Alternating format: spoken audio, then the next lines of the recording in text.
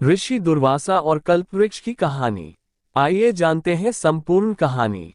एक समय जब श्री रामचंद्र जी का दर्शन करने के लिए अपने 60,000 शिष्यों सहित दुर्वासा ऋषि अयोध्या को जा रहे थे, तब मार्ग में जाते हुए दुर्वासा ऋषि ने सोचा कि मनुष्य का रूप धारण कर ये तो विष्णु जी ही संसार में अवतरित हुए हैं, ये तो मैं जानता हूँ, किंतु संसारी जनों को आज मैं उनका पौरुष दिखलाऊंगा।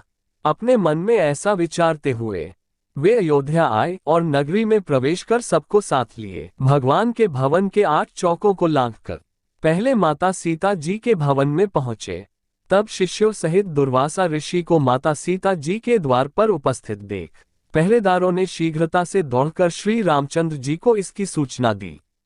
ये सुनते ही भगवान राम मुनि दुर्वासा के पास आ पहुंचे और प्रणाम कर सबको बड़े आदर सहित भवन के भीतर बुला लाए तथा बैठने के लिए सुंदर आसन दिया। तब आसन पर बैठते ही दुर्वासा ऋषि ने मधुर वचनों में श्री रामचंद्र जी से कहा कि आज 1000 वर्ष का मेरा उपवास व्रत पूरा हुआ है, इस कारण मेरे शिष्यों सहित मुझे भोजन कराइए और इसके लिए आपको केवल 1 मुहूर्त का समय देता हूँ। साथ ही यह भी ज्ञात रहे कि मेरा ये भोजन जल, धेनु और अग्नि की सहायता से प्रस्तुत न किया जाएगा। केवल 1 मुहूर्त में ही मेरी इच्छानुसार वह भोजन जिसमें विभिन्न प्रकार के पकवान प्रस्तुत हों मुझे प्राप्त हो। इसके अतिरिक्त यदि तुम अपने गार्हस्थ्य धर्म की रक्षा चाहो तो शिव जी के पूजन के लिए निमित्त मुझे ऐसे पुष्प मंगवा दो कि जैसे पुष्प यहाँ अब तक किसी ने देखे न हो। यदि ये तुम्हारा किया न हो सके तो मुझसे स्पष्ट कह दो कि मैं इसमें असमर्थ हूँ, मैं चला जाऊंगा। तब मुनि की इस बात को सुनकर श्री रामचंद्र जी ने मुस्कुराते हुए नम्रता से कहा, भगवान मुझे आपकी यह सब आज्ञा स्वीकार है। तब श्री राम की बात सुनकर दुर्वासा ऋषि ने प्रसन्न होकर कहा, मैं सरयू नदी में स्नान करके अभी तुम्हारे पास आता हूँ, शीघ्रता करना। हमारे लिए सब सामग्रियों को प्रस्तुत करने के लिए अपने भाइयों तथा देवी सीता को शीघ्रता के लिए कह देना। श्री रामचंद्र जी ने कहा, अच्छा आप जाइए, स्नान कर आइए। दुर्वासा ऋषि जी स्नान करने चले गए।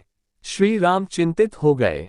लक्ष्मण आदि भ्राता, माता जानकी तथा सब के सब व्याकुल हो श्री राम की ओर निर्निमेष दृष्टि से देखने लगे कि मुनि ने तो इस प्रकार की सब अद्भुत वस्तुएं मांगी हैं, इसके लिए देखें कि अब भगवान क्या करते हैं, क्योंकि बिना अग्नि, जल और बिना गौ के उनके लिए किस प्रकार से भोजन प्रस्तुत करते हैं।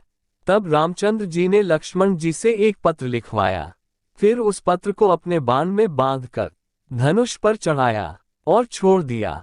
वह बाण वायु वेग से उड़कर अमरावती में इंद्रदेव की सुधर्मा नामक सभा में जाकर उनके सामने गिर पड़ा। उस बाण को देखकर इंद्रदेव व्याकुल हो गए कि यह किसका बाण है। फिर उठाकर जो देखा तो उस पर श्री राम का नाम अंकित था। फिर उसमें बंधे पत्र को खोलकर पढ़ा। पत्र खुलते ही वह बाण फिर वहां से उड़कर राम के तरकश में आ घुसा। उधर इंद्रदेव ने उस पत्र को सभा में बैठे हुए सभी देवताओं को सुनाया। उसमें लिखा था, इंद्रदेव स्वर्ग में सुखी रहो, मैं सर्वदा तुम्हारा स्मरण करता हूँ, परंतु तुम्हें एक आज्ञा देता हूँ। आज 1000 वर्ष के भूखे हुए दुर्वासा मुनि अपने 60,000 शिष्यों के साथ मेरे यहाँ आए हैं। वे ऐसा भोजन चाहते हैं जो गौ, जल अथवा अग्नि के द्वारा सिद्ध न किया हो। इसके साथ ही उन्होंने शिव पूजन के लिए ऐसे पुष्प मांगे हैं जिन्हें कि अब तक मनुष्यों ने न देखा हो। मैंने उनकी यह मांग स्वीकार कर ली है। वे सरयू नदी में स्नान करने गए हैं, इसलिए तुम शीघ्र ही कल्पवृक्ष और पारिजात जो क्षीर सागर से निकले हैं क्षण मात्र में मेरे पास भेज दो। इसके लिए रावण के संहारक मेरे बाणों की प्रतीक्षा मत करना।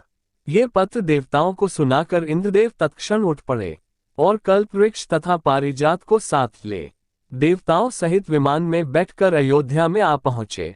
लक्ष्मण जी ने इंद्रदेव का स्वागत किया। इंद्रदेव ने श्री राम के पास जाकर पारिजात और कल्पवृक्ष को श्री राम को अर्पण किया। इतने में ही सरयू नदी के तट से दुर्वासा ऋषि ने अपने एक शिष्य को श्री राम के पास भेजा कि तुम जाकर देखो कि राम इस समय क्या कर रहे हैं। मैंने जो आज्ञा दी है उसके अनुसार कुछ अन्न अब तक बना है कि नहीं। अब तक वैसे ही चिंतामग्न है। या कुछ कर रहे हैं? यदि मेरी आज्ञानुसार पकवान प्रस्तुत कर रहे हैं, तो अब तक कितनी सामग्री तैयार हुई है? ये सब तुम चुपके से देखकर मेरे पास आओ। तब जो आ गया। ऐसा कहकर वह शिष्य श्री राम के भवन में आया। उसने देखा कल्पवृक्ष और पारिजात से युक्त देवताओं की मंडली में श्री राम विराजमान है। ये देखकर उस शिष्य ने शीघ्र ही दुर्वासा ऋषि के पास जाकर वह समाचार कह सुनाया। शिष्य की यह बात सुनकर दुर्वासा ऋषि को आश्चर्य हुआ। स्नान कर शिष्यों को साथ ले दुर्वासा ऋषि श्री रामचंद्र जी के सुंदर भवन में आ पहुंचे।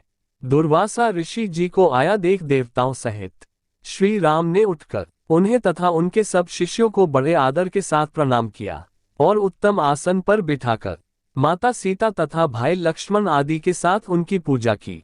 फिर जिन पुष्पों को मनुष्यों ने अब तक नहीं देखा था, शिव पूजन के हेतु पारिजात के उन पुष्पों को श्री राम ने दुर्वासा ऋषि के समक्ष प्रस्तुत किया। उन पुष्पों को देख मुनि दुर्वासा ने एक बार तो आश्चर्य किया, किंतु मौन भाव से उन्हें ग्रहण कर शिव जी तथा अन्य देवताओं की उन पुष्पों से पूजा की। फिर उसी क्षण श्री रामचंद्र जी ने भाई लक्ष्मण तथा माता सीता आदि को सब भोजन परोसने की आज्ञा दी।